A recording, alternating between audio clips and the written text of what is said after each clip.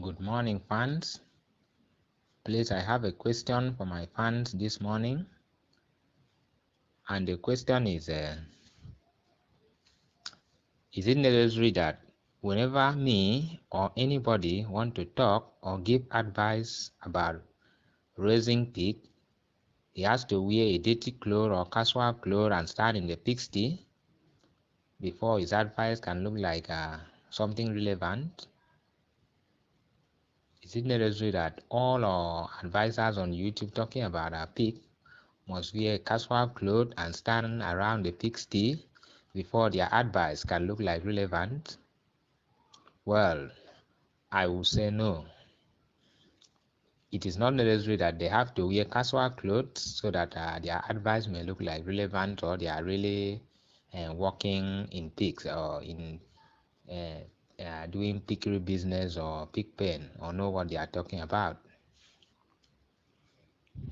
It's because of this same thing. That is why most of the Africans believe that it is only poor people or dirty people or people who are frustrated that are raising pig here in Africa, which is wrong. Because most of the time they usually see pig farmers wear dirty clothes or some kind of casual clothes all around, running around the farm, getting animal feed on the street and all that. That is wrong. It's not necessarily true that pig farmers are poor or that they are dirty. It's very, very wrong. Well, this is Ugreen Pigro talking to you on the screen. We are going to talk about why we should apply artificial insemination in the farm. It also make our farm to improve, because a lot of my fans have asked me, why don't you talk about artificial insemination, how it is done, and so forth. So I want to talk briefly on that. But before that, if you want to see most of my tips and the advice I'm giving out on how to do or how to improve in your piggery business, you got to subscribe. You got to subscribe to this channel so that you don't miss out on most of the tips that you would like to hear or see uh, what I'm talking about in this issue. Well, still on what I was saying, um, most of the farmers usually appear dirty here in Africa. They will run around with some bags of animal feed. Some of them you will see them with wheelbarrow live and so.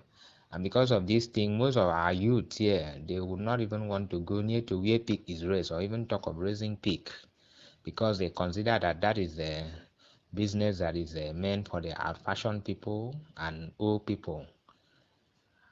And most time I will tell you that most of the people that I visited their farm are older people. Young people sometimes are afraid of raising pig.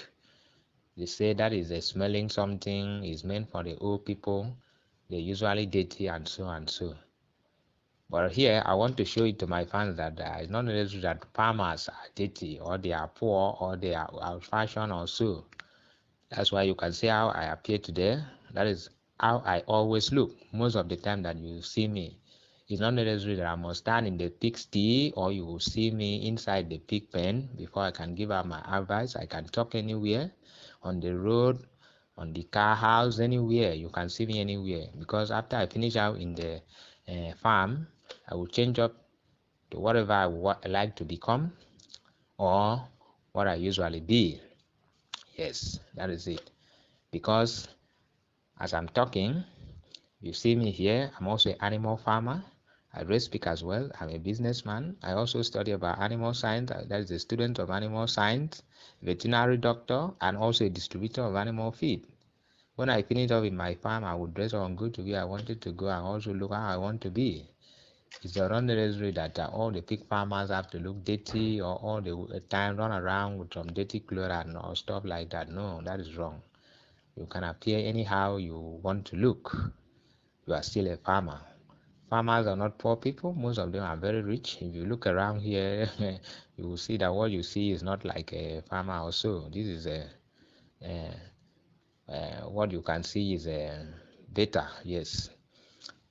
Well, that is not what I wanted to talk about. That was just coming by the way. I want to talk about artificial insemination, why we should apply this on our farm.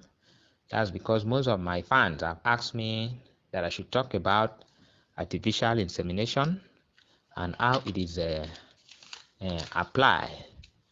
Well, when we talk about artificial insemination, before you can do that, that means you need to have what we call artificial insemination rod or spiroty. We call it artificial insemination rod or spiroty. Or you also have artificial insemination rod that have foam tip. As foam tip artificial insemination rod. You need to have those two things. It's an equipment that is made by the Chinese. I know about most of them is made by the Chinese, but there are some other ones that are locally made. That's the function of this rod is that you obtain the semen from the giant's boa or a stronger boa into this insemination rod, and then you inject it into the soil that you want to fertilize. That is, when using the rod, it should be inserted at the slightly upward angle of the cervix of the soil in about an angle of 45 degrees. Yes, and when you put it, you have to turn it anti-clockwise direction until it locks into the cervix. That is if you are using the artificial insemination rod that is spiroty. But if you are using the one that is foam tip rod, that means you will not need to do all that.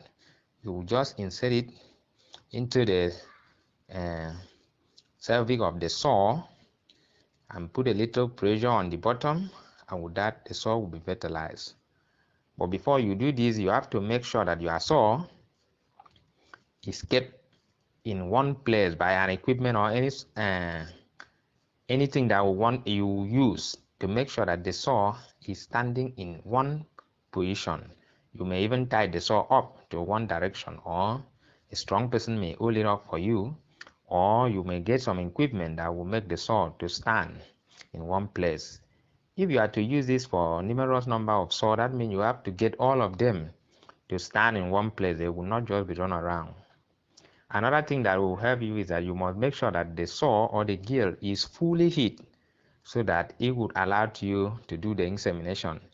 If it's not fully heat, that way will give you some difficulties to inseminate it, especially if you have not been able to tie him or to lock him in one place that it will stand still until you finish your procedure of inseminating. Yes, so you have to collect a semen from the giant's boa before you can fertilize the soil.